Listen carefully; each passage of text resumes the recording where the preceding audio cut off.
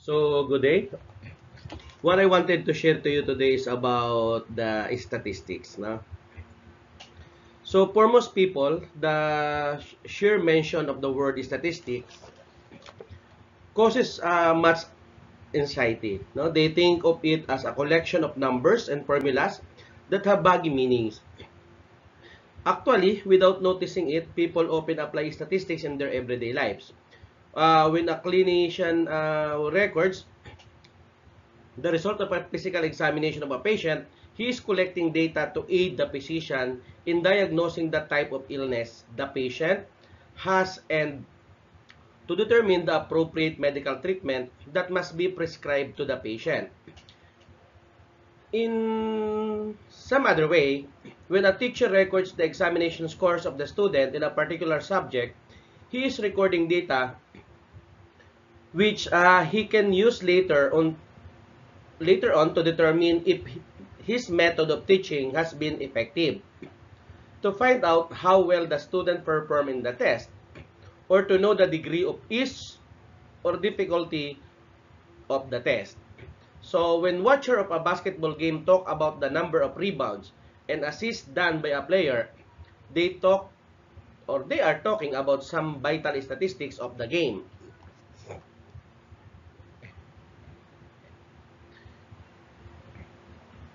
Okay, so what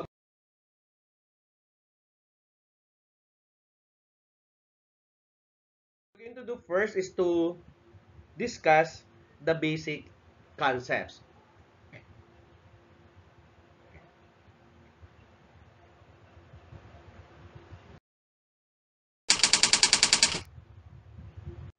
Now, so maybe somebody are asking what is the definition of statistics, no? So, statistics is a branch of applied mathematics that deals with the collection, organization, presentation, analysis, and interpretation of data. Statisticians, no, develop and apply appropriate methods in collecting and analyzing the data. They guide the design of research study and then analyze the results. The interpretation of the results will be the basis of the statistician in making references about the population being considered. In some sense, it is a collection of methods for planning experiments, obtaining data, and then analyzing, interpreting, and drawing conclusion based on the data. So, we have two aspects of statistics. So, we have the theoretical and applied. So, when we say theoretical, it deals with the development, derivation, and proof of statistical theorems, rules, and laws. While applied involves the application of theorems, rules, and the laws to solve the real-world problems. So data are the values that the variables can assume, while the variable whose values are determined by chance are called random variables.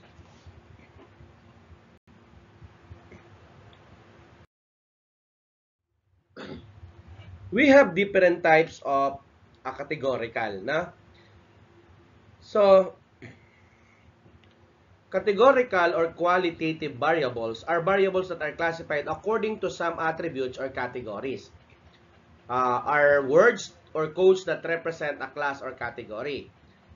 The categories may be, so example, of course, is the gender, eye color, political preferences, religion, blood type, civil status, year level, course, profession, and socioeconomic status. The categories may be ordered, but specific numerical values may or not be assigned. Some examples are as follows. So, performance rating, poor, fair, good, very good, excellent. For IQ score, low, average, high, public opinion about the performance of president. For example, one means poor, two means average, and three means good.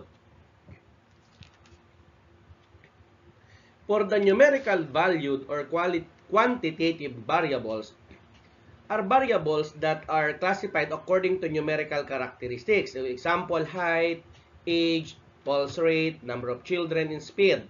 Numerical valued variables can be treated as categorical variables when they are grouped into class interval.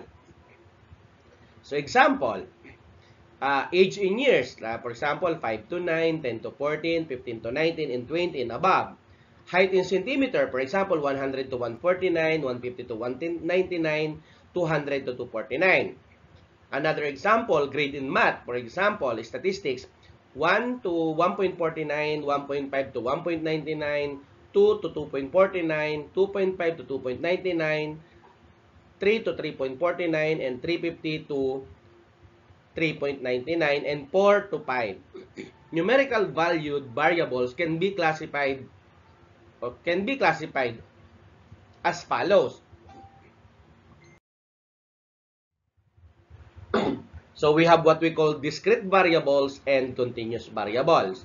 So when we say discrete variables, that is a variable whose values are obtained by continuing or by counting. So example, number of children, number of person with blue eyes, number of patients with TV, or number of males and females in a statistics class. So that's an example of a discrete variables. When we say continuous variables, are variable whose values are obtained by measuring, like temperature, distance, area, density, age, height, and weight. No? So all of which cannot be put into a list because they can have any value in some interval or a real values.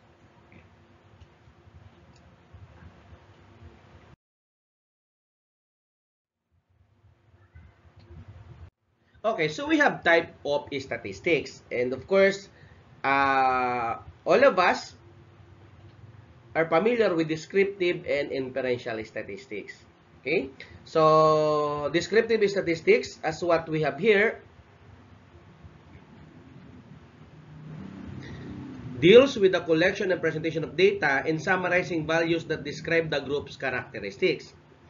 The most common summarizing values are the measure of central tendency and variation. One can describe the performance of a class of 40 students, for instance, using the mean score in the given examination in college, algebra, or statistics. Suppose the mean score is 56 and the passing score is 45. Then one can say that majority of the students pass the test. If only 12 out of 60 students obtain scores above 45, then it means that the exam is too difficult or the teaching strategy was not effective. So either the teacher has to give a less difficult exam or reteach the topic.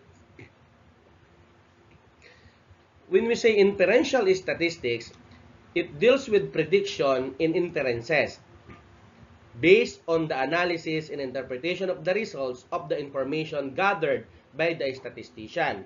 Some of the common statistical tools of inferential statistics are t-test, c-test, analysis of variance or ANOVA, chi-square or chi-square, and person R.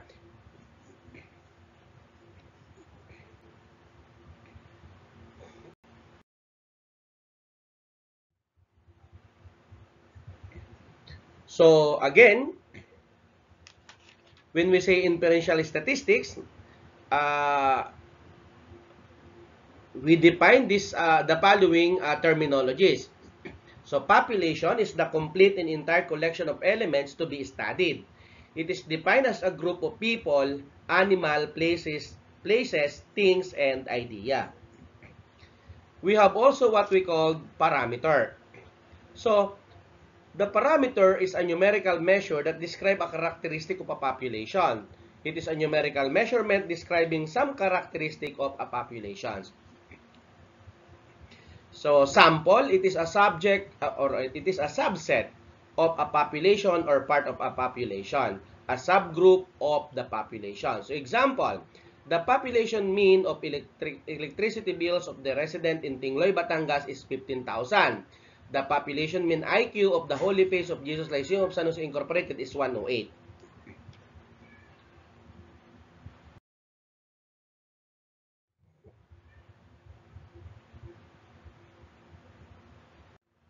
Okay, in inferential statistics, no, statistics is a numerical measure that describe a characteristic of a sample. It is a numerical measurement describing some characteristic of a sample. So, example, as I mentioned earlier, no?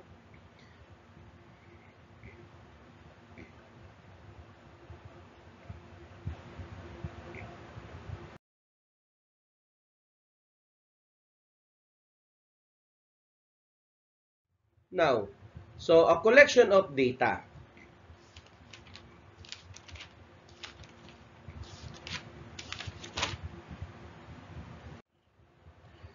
There is no formula for selecting the best method to be used when gathering data. So it depends on the researcher's design of the study, the type of data, the time allotment to complete the study, and the researcher's financial capacity. Some common method of data collection are interview method, questionnaire, observation, tests, experiment, registration, and use of mechanical devices.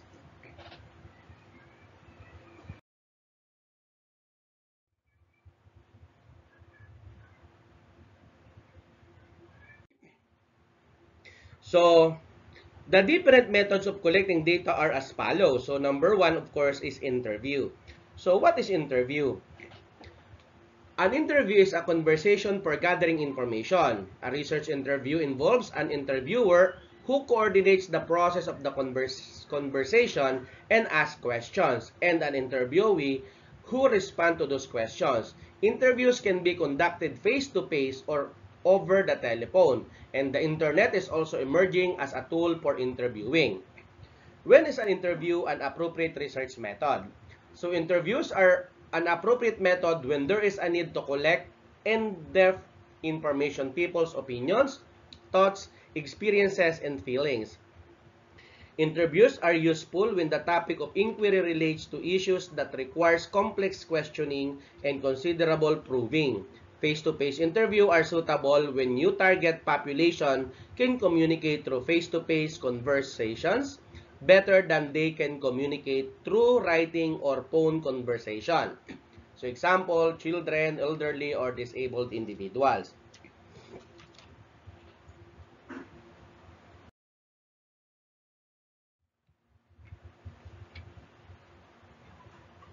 So types of interview. Interview can be designed differently depending on the needs being addressed and the information. So they can be grouped into three types. So structured interview. The interviewer asks a set of standard, predetermined questions about topics in a specific order. The respondents need to select their answers from a list of options. So the interviewer may provide clarification on some questions. Structured interviews are typically used in surveys.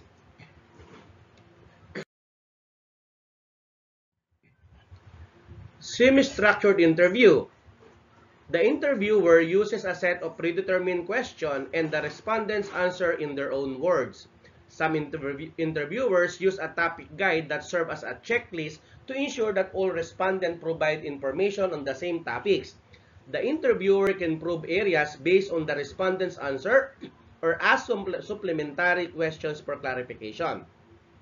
Semi-structured interviews are useful when there is a need to collect in-depth information in a systematic manner from a number of respondents or interviewees like teachers, community leaders.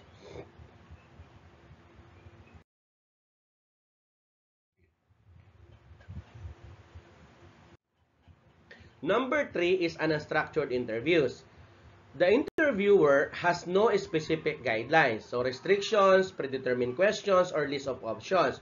The interviewer asks a few broad questions to engage the respondent in an open, informal, and spontaneous discussion. The interviewer also probes with further questions and or explore inconsistencies to gather more in-depth information in the topic. Unstructured interviews are particularly useful for getting the stories behind respondents' experiences or when there is a little information about a topic.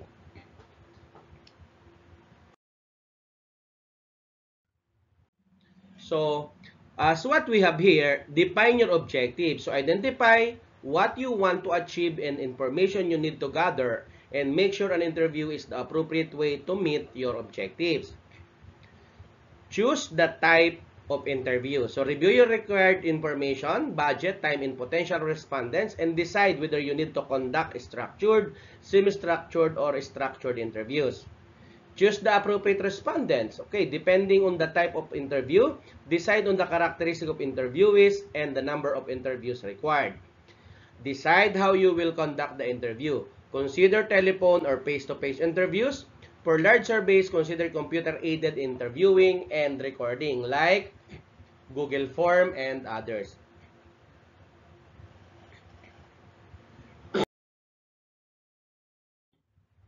So, decide how to recruit your respondents. So, obtain contact information. Decide how you will record the interview. So, depending on the type of the interview. Make a list of questions and test them with a sample of respondents. So, the question must be aligned with the type of interview. And decide who will conduct the interview. Develop an information kit that includes an introduction to the research topic and instructions. So, steps in conducting an interview. So, before the interview, define your objectives. Okay? Then, choose the type of interview.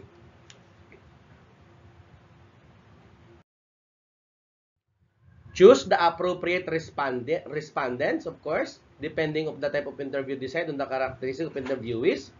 Decide how you will conduct the interviews. Decide how to recruit your respondents. And decide how you will record the interviews. Make a list of questions and test them with a sample of respondents. Decide who will conduct the interview. During the interview, introduce yourself and initiate a friendly but professional conversation. Explain the purpose of your project, the importance of their participation, and the expected duration of the interview. Be prepared to reschedule the interview if a respondent has a problem with the timing. Explain the format of the interview and tell respondent how the interview will be recorded and how the collected information will be used. If possible, obtain the written consent to participate in compliance with data privacy policy.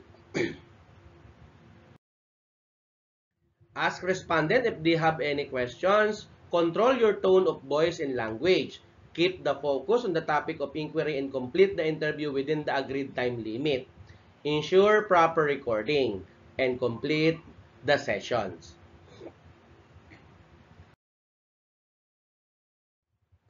So after the interview, make sure that interview was properly recorded. Organize your interview responses and get ready for data analysis. So questionnaire. So a questionnaire is a list of well-planned questions, no? Written on paper, which can be either personally administered or mailed by the researcher to the respondent using any of the following forms. So we have guided response type and we have a recall type. Recognition type. So the ability to match a piece of information or a stimulus to a stored image or facts.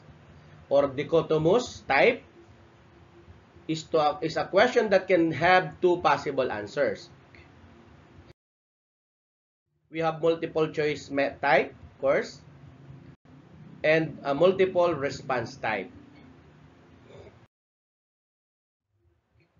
So, and another, of course, is the free response type. Our final category of question is those where the student is not presented with a choice but it is shown a blank box into which text or numbers are entered.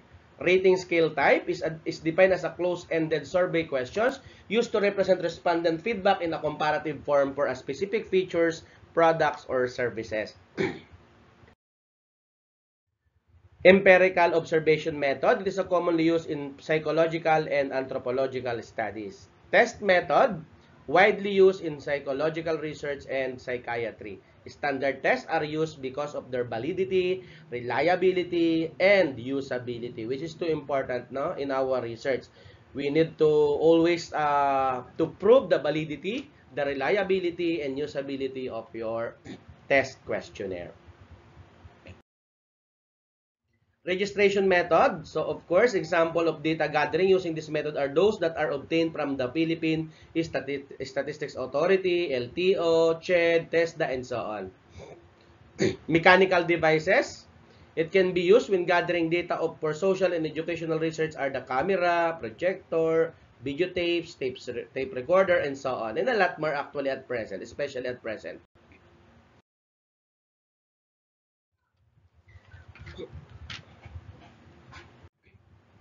The sampling techniques. Before the collection of data, it is necessary to determine the sample size if the population is very large. For instance, if a researcher wants to find the average IQ of the Filipino children aged 5 to 7 years in the rural areas, and he has only a few months, no, to spend for collecting data, sampling is allowed to save time and money. So, when to use Slobin's formula? If a sample is taken from a population, a formula must be used to take into account confidence levels and margins of error. When taking a statistical sample, sometimes a lot is known about a population and sometimes a little and something nothing at all. So, for example, we may know we know that a population is normally distributed. We may know that there is a bimodal distribution, or we may have no idea about how a population is going to behave. So, Slobin's formula is used when nothing about the behavior of a population is known at all.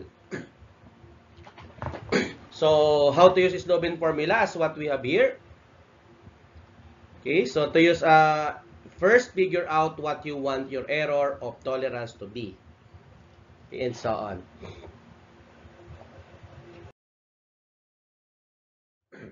So, scenario. Before the collection of data, it is necessary to determine the sample size, as I mentioned earlier. Okay, based on the given example, as what we have here, no?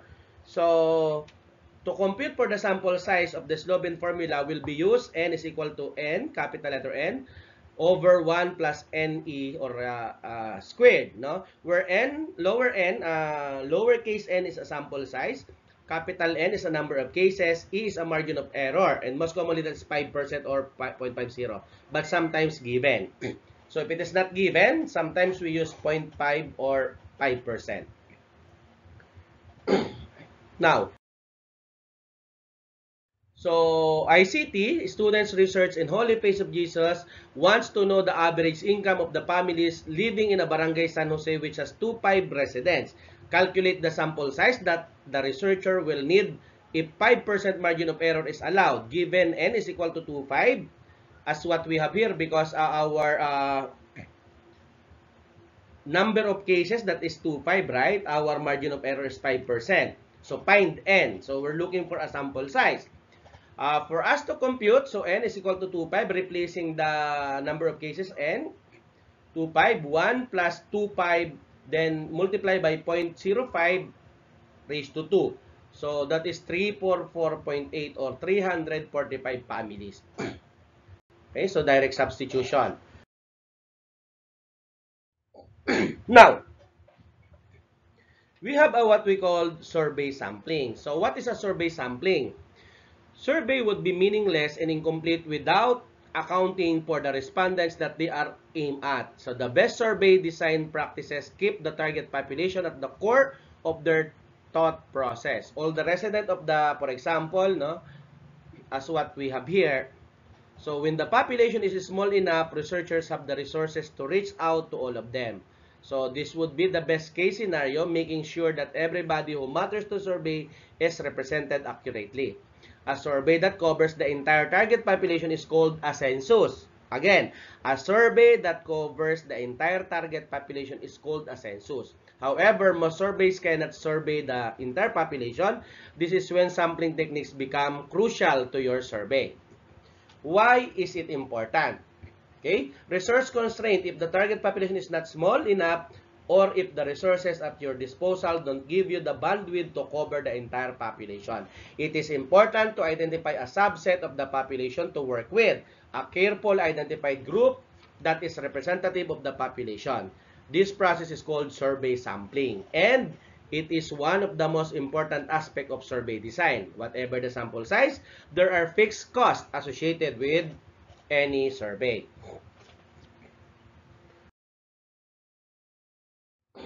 Three features to keep in mind while constructing a sample. So, of course, number one is the consistency, transparency. Okay, again, so this will be the three features to keep in mind while constructing a sample. So, number one, of course, is the consistency. It is important that researchers understand the population on a case-to-case or case-by-case basis and test the sample for consistency before going ahead with the survey. Number two, of course, is diversity. Ensuring diversity of the sample is a tall order, as reaching some portions of the population and convincing them to participate in the survey could be difficult. And the other one is transparency. There are several constraints that dictate the size of the structure of the population. Okay, it is imperative that researchers discuss these limitations and maintain transparency about the procedures followed while selecting the sample so that the results of the survey are seen with the right perspective.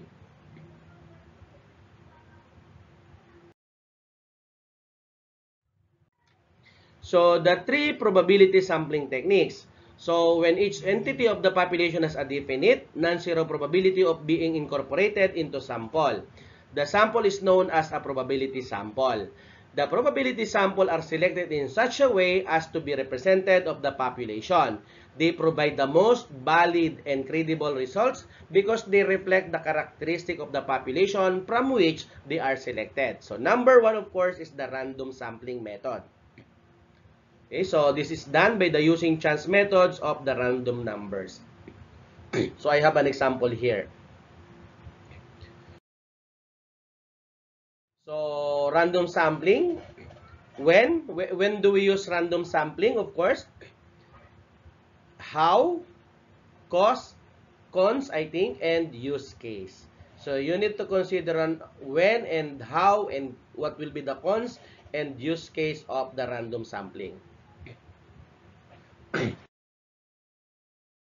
So, systematic sampling, it is a type of probability sampling method in which members from a larger population are selected according to a random starting point but with a fixed periodic interval. Okay, this interval called the sampling interval, calculated by dividing the population size by the desired sample size. So, when your given population is logically homogeneous. How? In a systematic sample. After you decide the sample size, arrange the elements of the population in some order in select terms at regular intervals from the list. So this will be the pros and cons in use case in using a systematic sampling techniques.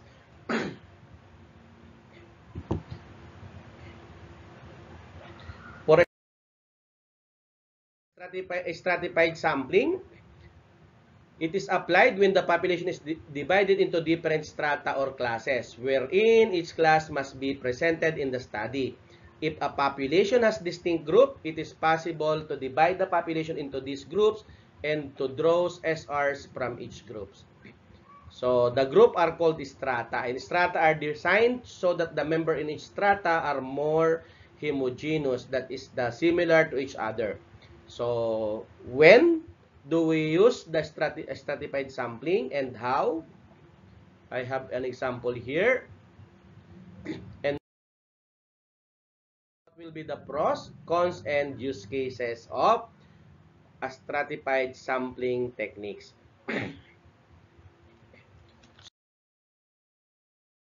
three non-probability sampling techniques include convenience sampling, snowball sampling, and quota sampling. So when we say convenience sampling, it is a specific type of non-probability sampling method that relies on data collections from population members whose sampling method that, of course, conveniently available to participate in the study. Like Facebook polls or questions can be mentioned as a popular example for convenience sampling. So another, of course, definition of convenience sampling. So when and how, what will be the pros and the cons. For snowball sampling, it is where research participants recruit other participants for a test or study. It is used where potential participants are hard to find. So it's called snowball sampling because once you have the ball rolling, it pick up more snow along the way and become larger and larger.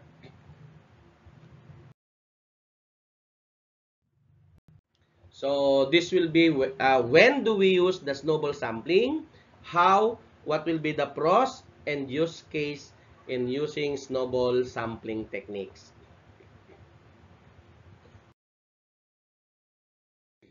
And the other one is the quota sampling. Okay, so this method used in TAC groups called cluster. So it is a non-probabilistic sampling. It controlled quota sampling involves introduction and uncontrolled quota sampling. So when do we use? How do we use? What will be the pros and use case using quota sampling techniques?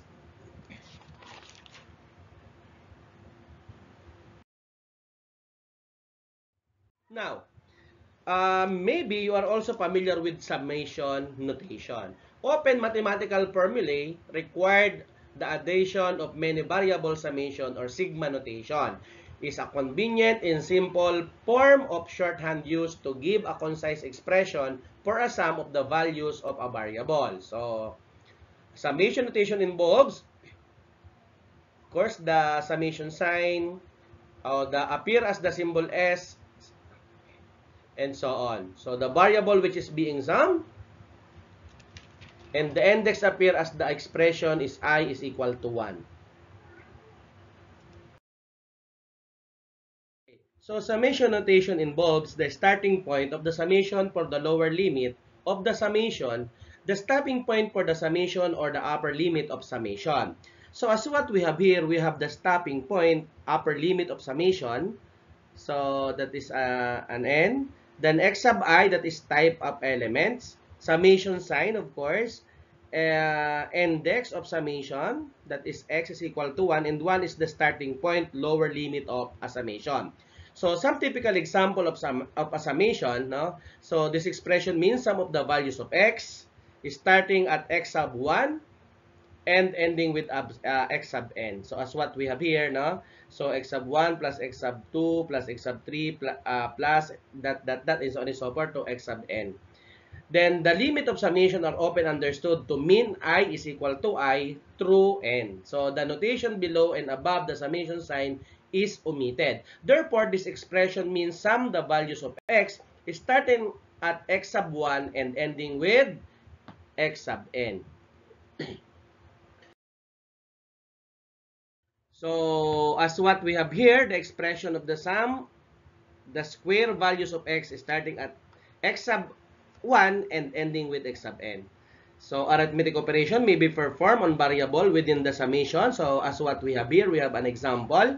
And the arithmetic operation may be performed on expression containing more than one variable. So, we have also an example for that.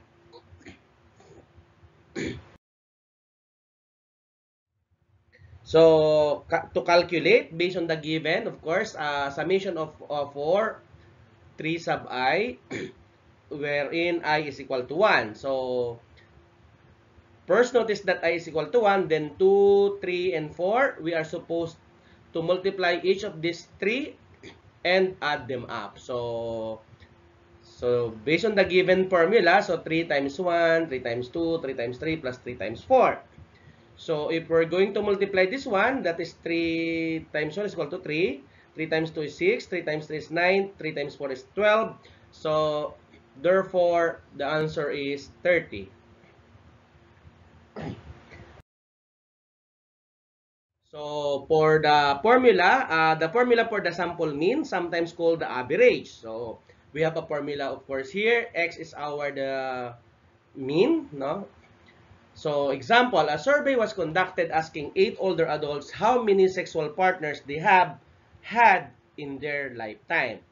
So, we have a given sample here. So, 4, 12, 1, 3, 4, 9, 24, and 7 for the 8, no? 8 older. Use the formula to find the sample mean. So, as what we have here, this will be the formula as what we have a while ago. So, if we replace that x sub 1 to 8, of course, x sub 1 is 4, x sub 2 is 12, based on the given, no? And we have 8 older adults. So, this will be 8. If we're going to sum up, no, this 4, 12, 1, 3, and so on, that is equal to 64. So, now that we have the numerator calculated, the formula tells us to divide by n, which is just 8 as what we have here, no? So, mean is equal to 64 over 8. That is, mean is equal to 8. Okay?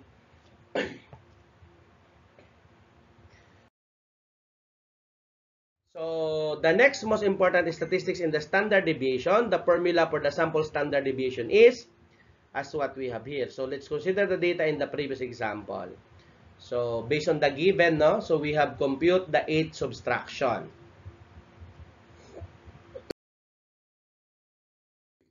So, the next arithmetic to do is to square each of the difference to get this one. Okay, so negative 4 is equal to 16. 4 squared is equal to 16. Negative 7 squared is 49, and so on and so forth. Now, we have all the entries in the summation, so we add them all up. Then, now we can write, no, that is 380 over 8 minus 1. That is 380 over 7. Then, square root of 380 over 7. That is 7.38. That this will be the standard, no, this will be the square, no, of the given value. Okay, so this will be the references of this discussion. Thank you and good morning. See you to the next lesson.